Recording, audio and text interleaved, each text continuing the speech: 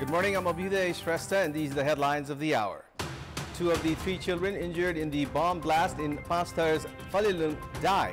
Another 9-year-old child being treated at the district hospital. Government decides to renew Ncell's license with the facility of fee reduction in installments, 16 billion rupees to be paid in 4 installments within 5 years for renewal. Israeli military and Hamas agreed to 3 separate zoned 3-day pauses in fighting in the Gaza Strip to allow for the vaccination of some 640,000 children against polio. Pause in fighting to start from this Sunday. And the Champions League draw of the new format made public. Liverpool and Real Madrid to face each other in the league stage. Ronaldo and Buffon receive UEFA's special honors. 2 of the 3 children who were injured in yesterday's bomb blast in a house in Panchar's Prengbung Dana village of Falilung Rural Municipality 5 have died. The deceased children have been identified as 2.5-year-old Princess Sawa and 11-year-old Dipshan Sawa, children of Dilip Sawa. Princess passed away on her way to BNC Hospital in Jhapa for treatment at around 10 p.m. last night. Dipshan was taken to the hospital at around midnight and passed away at around 1 a.m. this morning. 9-year-old Pawan Rai, who suffered minor injuries, is being treated at Panchtar District Hospital. Meanwhile, the Nepal Army has informed that the other suspicious item that was found behind the house where the bomb exploded was a socket bomb. The incident site is now under the surveillance of the Nepal Army and Nepal Police. It is said that the Army is now deactivating the socket bomb.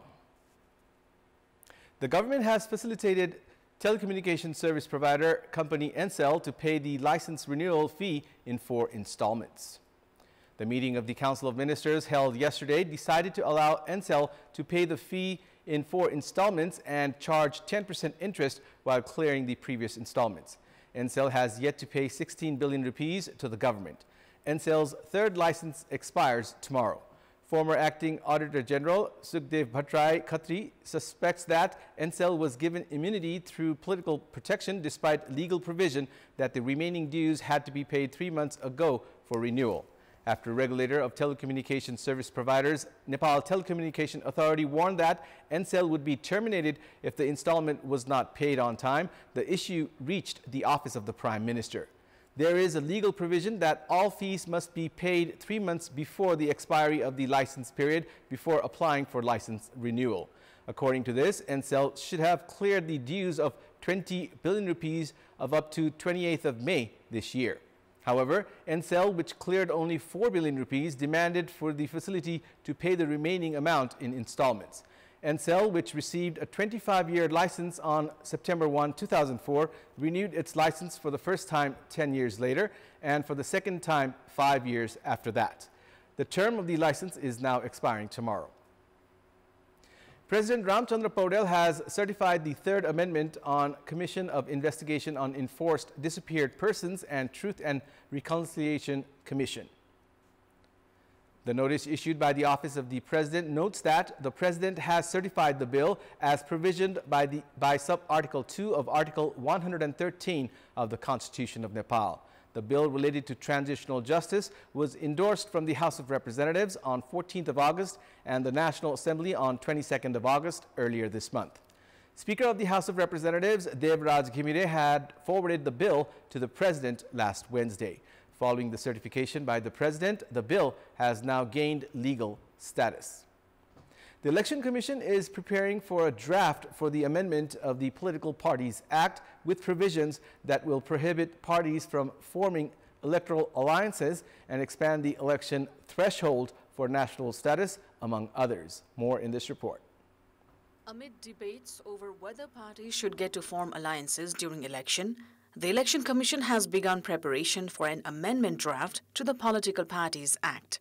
It includes proposal to prohibit partnerships ahead of elections. This, the Election Commission says, is because of frequent disputes in alliances, and it adds that such partnership could not show the real public's mandate. The Commission has held preliminary discussion with parties on this and formed a committee under Election Commissioner Ram Prasad Bhandari. The committee includes representatives of Ministry of Home Affairs and the Ministry of Law, Justice and Parliamentary Affairs. राजनीतिक दलहरु बीच एउटा गलत खालको अभ्यास पनि देखिएको छ जस्तो विभिन्न विचारधारा राजनीतिक आस्थाको आधारमा दल गठन गर्ने र पछि गएर चाहिँ निर्वाचनको समयमा चाहिँ गठबन्धन गरेर कतै जनतालाई अलिकति झुक्क्याउने किसिमको काम भइराछ कि जनमतको कदर नभइराछ कि भन्ने जस्ता विषयहरु पनि देखिएको हुनाले यस्ता गठबन्धनहरु चाहिँ नियमन गर्नुपर्छ यो व्यवस्थालाई चाहिँ कानूनबाट हटाउनुपर्छ भनेर चाहिँ अहिले हामीले यो छलफल गरेर प्रस्ताव गर्न खोजेका छौं. The Commission is also preparing to propose for an expansion in the election threshold provision.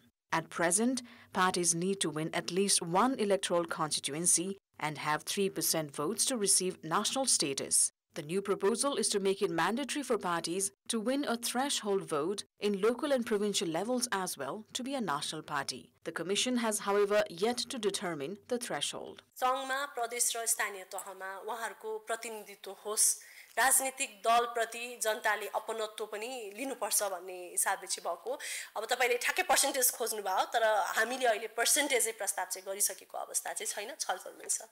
The Election Commission is also preparing to tighten provisions on party split, which at the moment is allowed if the splitting side has at least 40% lawmakers and central members. The Commission is proposing to make it mandatory for an elected lawmaker to stay in the same party for whole term.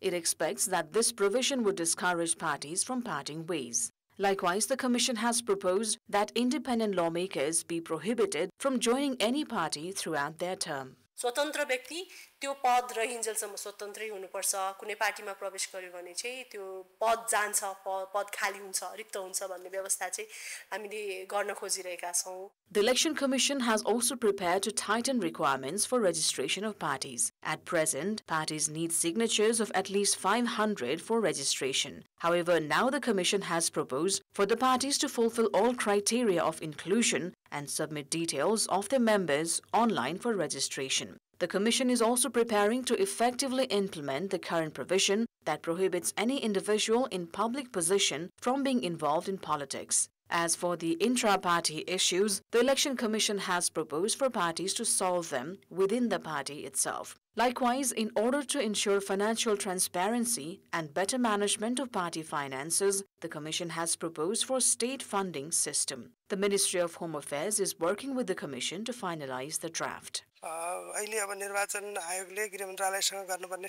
Coordination गरिरहेको मैले बुझेको छु हाम्रो तर्फबाट यो कानुन महाशाखा हेर्ने सहसचिवले त्यसमा चाहिँ सहभागिता जनाइरहनु भएको छ. Ruling alliance partners Nepali Congress and CPN-UML have agreed there is a need to amend the current constitution. The legworks by the Election Commission for an amendment to the Political Parties Act at the same time has raised question if it aligns with the constitution amendment efforts by the ruling parties. It's time now for our segment Public Pulse, where you text us with your opinion. Public Pulse. Here's the question. What do you term the preparation of the Election Commission to prepare the draft of the law which prohibits electoral alliances and increases threshold? Your options are A, respecting public vote, B, effort to restrict fringe parties, and C, conspiracy of large parties. The voting is on. Type NEWS, select your option A, B, or C, and send it to 34001 to share your opinion with us. A statement by Prime Minister KP Sharma Oli about his aspiration of a woman Prime Minister has drawn wide attention. No woman has ever become the Prime Minister, the executive head of Nepal so far. Despite the aspiration of Prime Minister Oli to have a woman Prime Minister being positive, participation of women at the decision-making levels of political parties is very poor. Of the 13 officials of the largest party of the House of Representatives, Nepali Congress, only one is a woman. Of the 19 officials of CPN-UML, the party of Prime Minister KP Sharma Oli, only 2 are women. Among the 22 officials of CPN Maoist Center, there is only 1 woman. Likewise, of the 21 officials of CPN Unified Socialist, there are 3 women, while Rashtriya Swatantra Party's 9 officials include 3 women. Rashtriya Prajantra Party has 3 women officials, while Janamat Party has 4. Because of the mandatory requirement provisioned by the Constitution, central committees, province assemblies, and local levels have 33% representation of women. Except for that, no party has ensured 33% representation of women in leadership and official level. Nagarik Unmukti Party, represented in the parliament, is led by a woman. It shows that political parties themselves are not in favor of women in the leadership role or have not contributed to enhancing the capacity of women. Except for the places with mandatory requirement of 33% women representation provisioned by the Constitution, inclusion of women has been ignored at constitutional bodies and political appointments, including ambassadors. The Constitution has also provisioned for a woman in either the Speaker or the Deputy Speaker of the House of Representatives and one among the Chair or Deputy Chair of the National Assembly. Political parties have appointed women as the Deputy Speaker and Deputy Chair at the two houses, meaning women have been ignored in the leadership roles at the two houses as well. 33% women were elected to the House of Representatives, while 36% were elected for provincial assemblies from the general election of 2022. Of the 275 members at the House of Representatives, 92 are women, while among the 550 province assembly members, 197 are women, and the 59-member National Assembly has 22 women. This representation has been possible only because of the mandatory requirement of the Constitution. Meanwhile, the 25-member Council of Ministers, led by Prime Minister KP Sharma Oli himself, has only 3 women. It is not that women have not reached the leadership roles. There are examples of women holding positions of the President, Chief Justice, Speaker, and Chief Secretary. However, political parties themselves have not been able to increase women representation at the decision-making levels. Therefore, the talks about a woman as the Prime Minister has only been limited to a topic for speech so far. It is imperative for these parties to walk the talk and enhance the capacity of women to ensure women in leadership roles on merit. In our Public Voice segment, we had asked people in several provinces what should be done to raise the participation of women in decision-making levels. Let's take a look at what they had to say.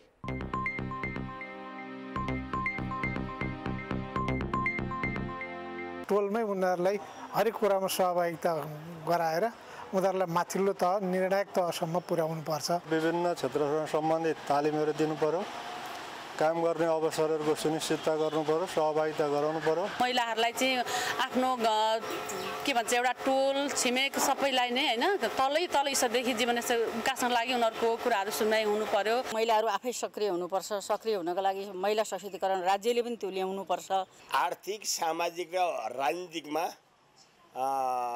जिम्मेवारी सहित सक्रिय बनाउनु पर्छ अनि मात्रै महिलाहरू नेतृत्वमा पुग्न सक्छ एउटा महिला सक्षम हुनलाई 10 जना महिलाले चाहिँ साथ दिनुपर्छ त्यसमा चाहिँ आर्थिक कुरा हुनुहुन्छ घरले पनि सपोर्ट गर्नुहुन्छ राज्यले धेरै सपोर्ट गरेको हुन्छ नेताहरूले महिला नेतृत्व स्वीकार्नु पर्यो र महिलाहरूलाई चाहिँ अगाडि बढाउनु पर्यो महिलाहरूका लागि स्पेशली तालिम गोष्ठी या अन्य सेमिनारका प्रोग्रामहरू लिएर उनीहरूको व्यक्तित्व विकासका कार्यक्रमहरू लागू गर्नु कानुनी रूपमा मात्रै भयो जस्तो लाग्यो उसै त्यो व्यावहारिक रूपमा नभए जस्तो देखिन लाग्यो कि खासमा त्यो चाहिँ व्यावहारिक रूपमै उतार्नु पर्छ कि नेताहरूमा चाहिँ महिलाहरू प्रति हेर्ने दृष्टिकोणमा चाहिँ परिवर्तन ल्याउन चाहिँ अति आवश्यकता देखिन्छ र महिलाहरू हरेक क्षेत्रमा उनीहरूले बाहिरको अनुभव बटुल्न पाएका हुँदैनन् उनीहरूले बाहिरको वातावरण इन्भाइरोमेन्टसँग घुलमिल गर्ने अवसर पायो भने शिक्षा र नेतृत्वको विकास भयो भने उनीहरूले निर्णायक तहमा पुग्नका लागि त्यति अप्ठ्यारो असहज वातावरण सिर्जना हुँदैन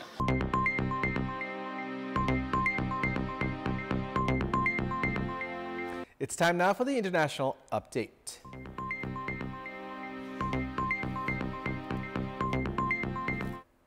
The Israeli military and Palestinian militant group Hamas have agreed to 3 separate zoned 3-day pauses in fighting in the Gaza Strip to allow for the vaccination of some 640,000 children against polio. World Health Organization's senior official for the Palestinian territories, Rick Peppercorn, said the vaccination campaign is due to start this Sunday. He said the agreement was for the pauses that will take place between 6 a.m. and 3 p.m. local time. He said the campaign would start in central Gaza with a 3-day pause in fighting, then move to southern Gaza, where there would be another 3-day pause, followed by northern Gaza. Peppercorn added that there was an agreement to extend the humanitarian pause in each zone to a 4th day if needed. The WHO confirmed on 23rd of August that at least one baby has been paralyzed by the type 2 polio virus, the first such case in the territory in 25 years. Hamas official Bassem Naim said they are ready to cooperate with international organizations to secure this campaign, serving and protecting more than 640,000 Palestinian children in the Gaza Strip. The latest bloodshed in the decades-old Israeli-Palestinian conflict was triggered on October 7 when Palestinian Islamist group Hamas attacked Israel, killing 1,200 people and taking about 250 others hostage, according to Israeli tallies. Israel's subsequent assault on the Hamas-governed enclave has since killed over 40,000 Palestinians, according to the local health ministry. That's all for the moment. Thank you for watching. Have a good day.